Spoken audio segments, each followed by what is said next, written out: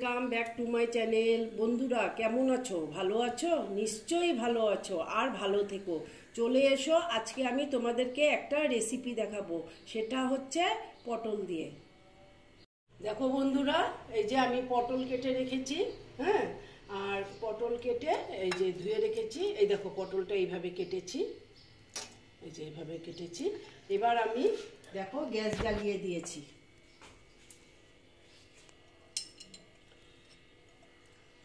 তেল দিয়ে দিলাম।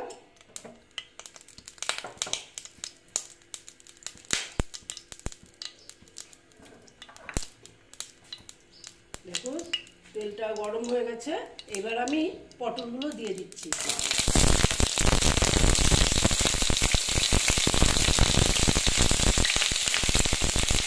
অল্প হলুদ দিয়ে দিলাম, অল্প হলুদ দিয়ে দিলাম,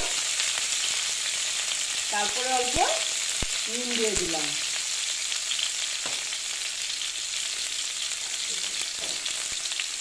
দিয়ে পটলটা আমি ভেজে নেব, আস্তে আস্তে করে পটলটা আমি ভেজে নিচ্ছি।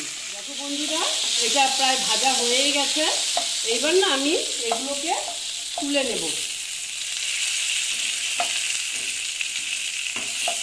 আমি অল্প করেই করছি, তোমরা তো সবাই পারো, আমি কি করে করছি এটাই দেখাচ্ছি, ঠিক আছে?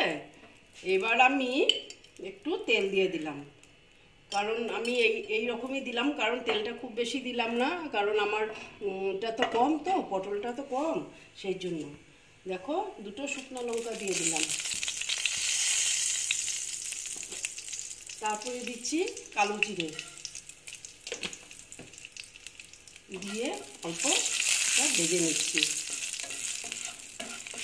শুকনো লঙ্কা আর কালো জিরে একটা সুন্দর সেন্ট বের হবে।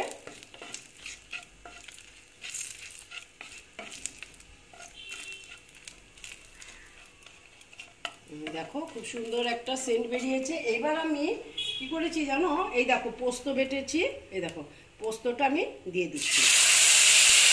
আমি পোস্ত বেটেছি, হ্যাঁ, পোস্তর সঙ্গে 4টে কাঁচা লঙ্কা নিয়ে নিয়েছি, দিয়ে এটা একটু ভেজে নেব।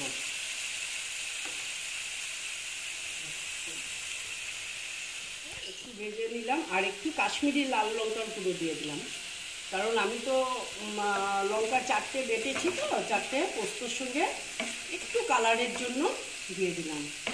তারপরে দিচ্ছি একটু হলুদ,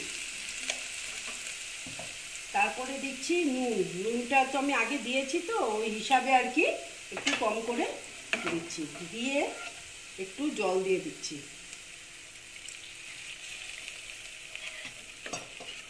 জল দিয়ে দিলাম।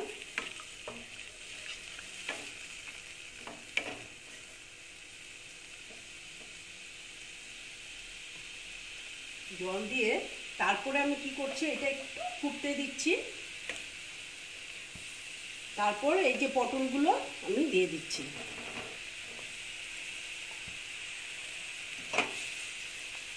দিয়ে এইভাবে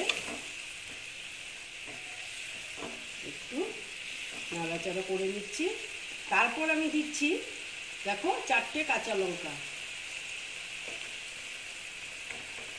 দিয়ে এটা একটু হতে দিচ্ছি, আর আমি জল দিচ্ছি না, একটু ঢেকে দিলাম। এটা আস্তে আস্তে এখন একটু হবে, ঠিক আছে? তারপরে তোমাদের দেখে নিচ্ছি আমি।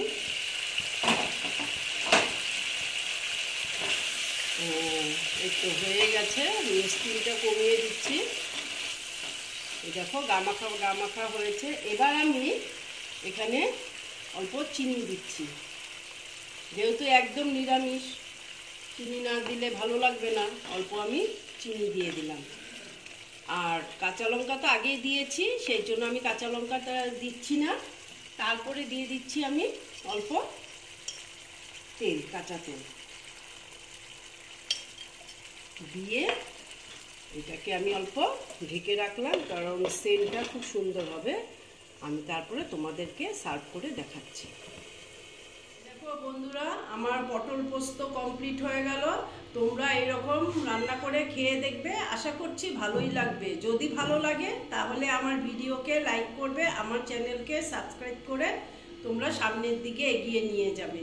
নেক্সট রেসিপি নিয়ে আবার তোমাদের কাছে আমি ফিরে আসব। ওকে।